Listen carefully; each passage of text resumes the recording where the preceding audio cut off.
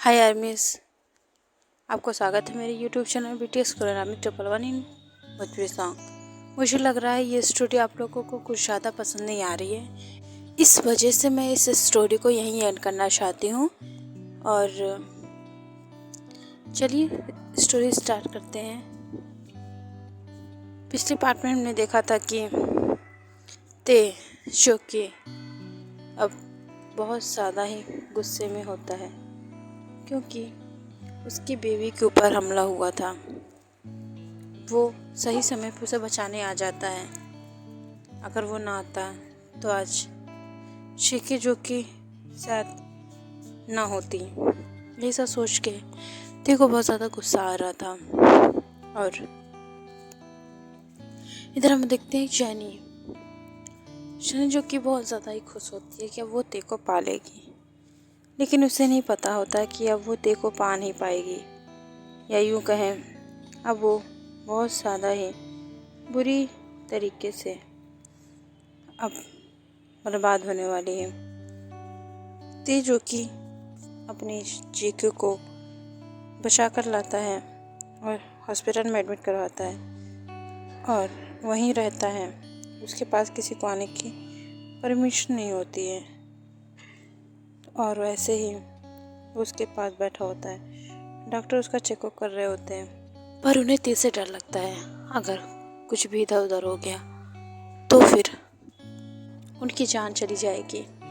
वो लोग बहुत डरे डरे से जीके का ट्रीटमेंट कर रहे थे और बता रहे थे इन्हें पानी से फोबिया है, इस वजह से ये बेहोश हो गई हैं और अब ये बिल्कुल ठीक हैं। कुछ देर बाद इनको होश आ जाएगा। ते भी कुछ नहीं कहता, उसके फेस पे कोई भी रिएक्शन नहीं होते हैं, कोई भी भाव नहीं होते हैं। वो तो सिर्फ क्या सोच रहा है ये वही जानता है, या हम ये भी कह सकते हैं आर्यन और योंगी भी उसके फेस को वो रीड कर सकते थे। जब उसका फेस बिल्कुल शांत होता है इसका मतलब है कोई तो बर्बाद होने वाला है। ऐसे ही शाम हो जाती है, शेके को घर लाया जाता है। जेके जो कि घर आ जाती है और वहाँ पर जो कि ते होता है। ते जो कि उसे देख रहा होता है। शिके जो कि उसे कुछ देर पहले का कुछ भी याद नहीं होता क्योंकि डॉक्टर ने बता दिया था कि ये जो इस समय घटना हुई है उसे भूल गई होंगी और इन्हें कोई भी याद ना दिलाए वरना इनके लिए अच्छा नहीं होगा।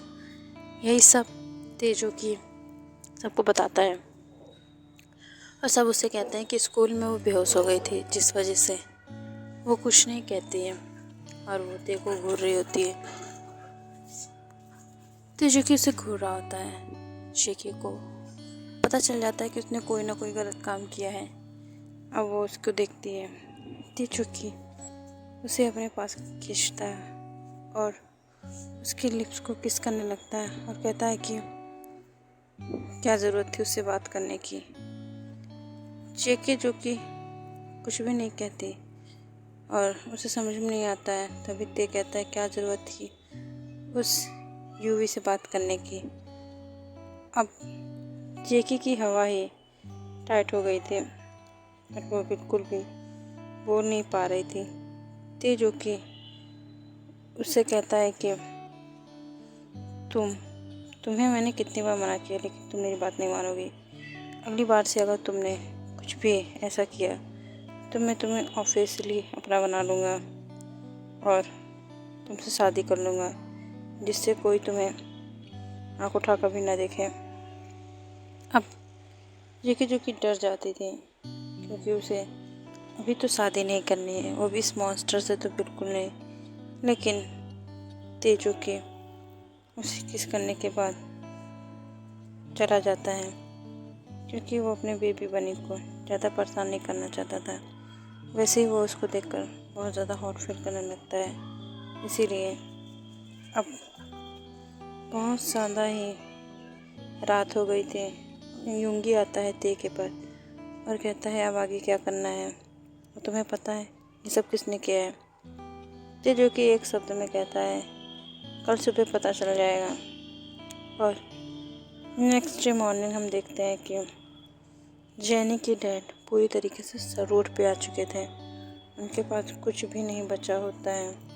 ते ने उनको इस तरीके से डिस्ट्रॉय किया है कि बिल्कुल भी उठ नहीं पाते। और जेनी का मॉडलिंग कैरियर भी ख़राब हो जाता है। उसे किसी लड़के के साथ इंटीमेट होते हुए पूरे न्यूज़ चैनल पे दिखाया जाता है। और वो इतने ज़्यादा घटिया तरीके से इंटीमेट हो रहे थे। ये भी तभी जो कि न्यूज़ सब देख रहे होते हैं, वहाँ पर ते आता है। ते जो जैसा ऐसा लग रहा था जैसे उसे ये सब पता हो, और वो कोई भी रिएक्ट नहीं करता है। क्योंकि उसे देखकर समझ आता है कि ते इसी की बात कर रहा था रात को।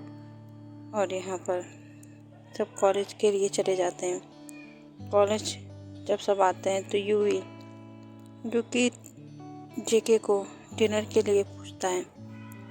जेके जो कि उसे मना नहीं कर पाती क्योंकि उसका फेवरेट स्टार होता है, और वो हाँ कह देती है।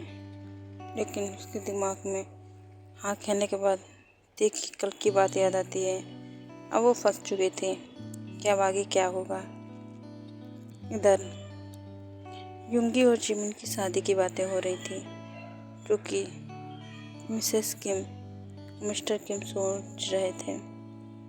और तभी वहाँ पर जो कि बहुत ज़्यादा ही क्यूटी शिमिन आती है। जिमिन से ये लोग बात करते हैं तो जिमिन शर्मा जाती है और वहाँ से चली जाती है। और सभी अब बहुत ज़्यादा ही खुश होते हैं क्योंकि इन लोगों को शिमिन और युंगी के बारे में पहले ही पता चल गया था। क्योंकि ये लोग इतने ज़्यादा क्यूट हैं, इनकी जो शरारतें होती थी घर वाले उसे नोटिस करते थे। लेकिन ते जो कि हमेशा सीरियस रहता है उसका नहीं पता चल पाता है। लेकिन सभी घर वाले कहते हैं कि काश की ते की शादी जेके से हो जाए, जेके भी हमारे घर में ही रह जाएगी, कितनी क्यूट बच्ची है। ते की जो चाची होती हैं वो गुस्सा हो रही थी, लेकिन वो कुछ भी नहीं कर सकती हैं।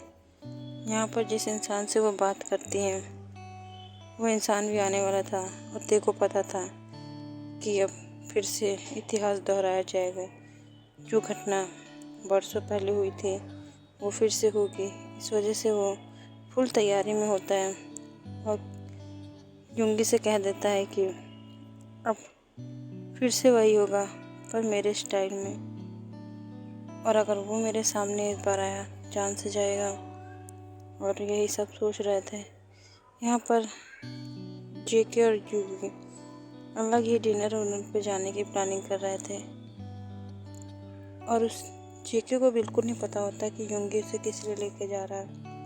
यहाँ पर ते जेके को इसलिए यूवी से दूर रखता है कि उसे अगर कोई चीज़ चाहिए तो वो उसके लिए कुछ भी कर सकता है, चाहे वो कोई लड़की ही क्यों ना हो।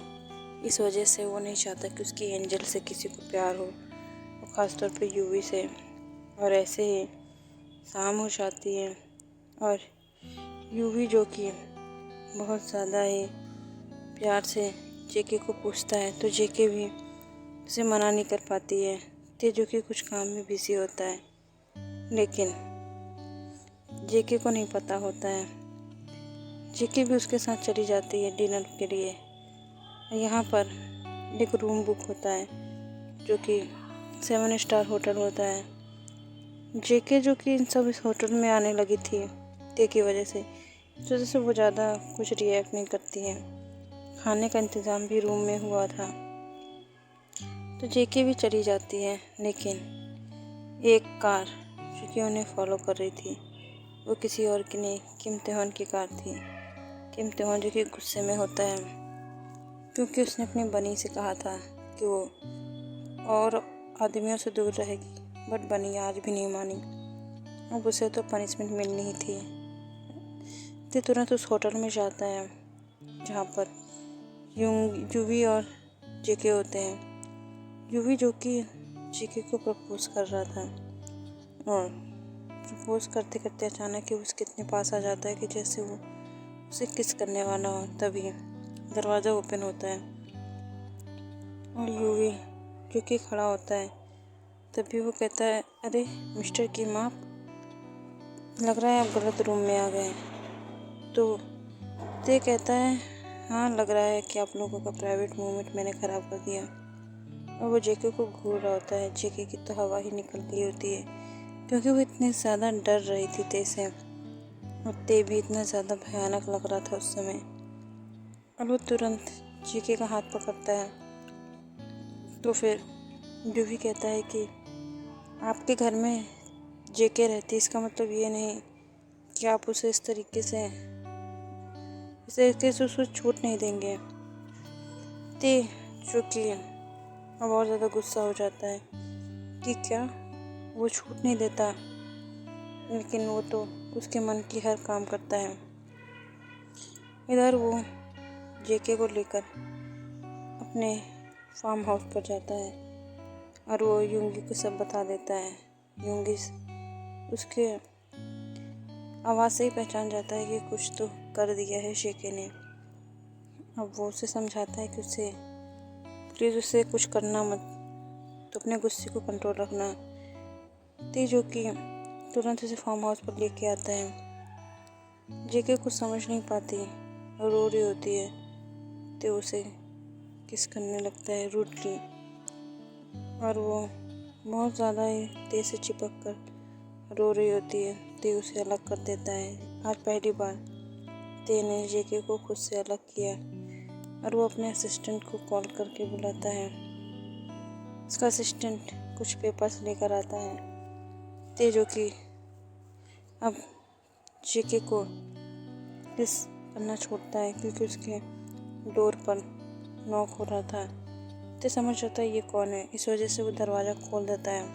पेपर्स लेकर फिर से दरवाज़ा बंद कर देता है और जेके से कहता है इन पेपर्स पे साइन करो। जेके जो कि इन पेपर्स को पढ़ती है तो रोने लगती है। तो ते कहता है अभी साइन करो, और जेके जो कि साइन कर देती है, रोने लगती है। ते कहता है अब तुम्हें इसकी पनिशमेंट मिलेगी, और वो उसे फिर से किस करना स्टार्ट करता है। बहुत ज़ोर से उसके नेक पर बाइट करता है, जिससे जेके रोने लगती है और ते उसके साथ इंटीमेट हो जाता है। नेक्स्ट मॉर्निंग में ते जो कि अपने काम के लिए जाने वाला होता है, और वो कहता है कि उठ जाओ, जल्दी से रेडी हो जाओ, हमें मेंशन जाना पड़ेगा। तो फिर शिकी कहती है कि आप गुस्सा हैं। ते कहता है नहीं, और उसके पास कुछ खाने को रखता है और कहता है इसे खा लो। जेके जो कि बिल्कुल भूल चुकी थी कि उसने कुछ भी नहीं पहना है, और वो आकर ते को गले लगा लेती है। ते कहता है कि वाइफी, तुम इस समय मुझे सीड्यूस कर रही हो, क्या तुम कल को भूल ही नहीं हो क्या हुआ है, या तुम फिर से वही सब चाहती हो। जेके जो कि शर्मा जाती है और अपने आपको ब्लैंकेट से कवर कर लेती है और बेड पर बैठ जाती है। तो ते भी कुछ नहीं कहता है और कहता है जल्दी से रेडी होकर आओ। अब जेके भी फुल स्पीड में वॉशरूम में जाती है, क्योंकि उसके लिए क्लोथ ऑलरेडी वॉशरूम में होते हैं, और तुरंत वो क्लोथ चेंज करके ते के पास आ जाती है। ते भी कुछ नहीं कहता है और उसे कपड़े पहना देता है, क्योंकि उसे उसके बॉडी में बहुत पेन हो रहा था। और ऐसे ही इन दोनों ने शादी कर ली।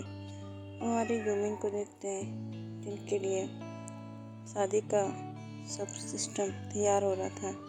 सबको फैमिली वाले खुश होते हैं, क्योंकि दोनों ने ही हामी भर दी थी, और भरते भी क्यों ना, आखिर लव बर्ड जो है सभी ते से पूछते हैं कि तुम भी शादी कर लो।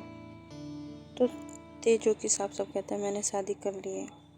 तो सब एक साथ कहते हैं किससे।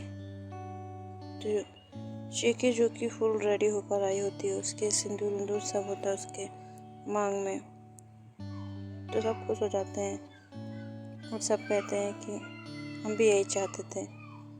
ते भी कुछ नहीं कहता है और अंदर चला जाता है जेके को लेकर, क्योंकि वो थकी होती है, उसे सोना होता है। और यहाँ पर ह्यूमन की शादी भी कल ही रख दी जाती है, क्योंकि दोनों को वेट नहीं हो रहा था। वैसे भी ते ने तो जेके को पा लिया, वही दोनों जो वो आ रहे हैं। तभी वहाँ पर आर्यन आता है और कहता है मुझे भी शादी करनी है, मेरी भी शादी कराओ। वो कहता है, सब परिवार वाले कहते हैं तुम्हें किससे शादी करनी है? तो एक साथ में कहता है जिनसे।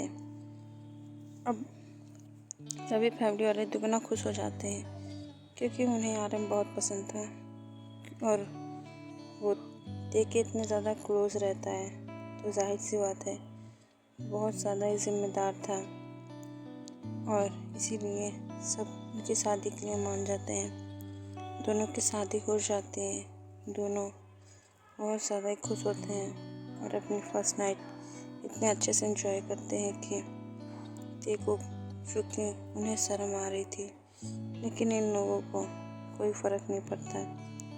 ते जो कि उनकी आवाज़ें सुनकर वो भी एक्साइटेड हो रहा था, इस वजह से ये दोनों भी अपना रोमांस चालू रख देते हैं और इसी तरीके से ये स्टोरी यही एंड हो जाती है। और आप लोग बताइए ये स्टोरी कैसी लगी? वैसे भी आप लोगों को ये स्टोरी अच्छी नहीं लगी थी, इस वजह से आप लोग इस स्टोरी को नहीं वॉच कर रहे थे, इस वजह से मैंने इसे ख़त्म कर दिया। ओके बाय यार, मिस सरांगे।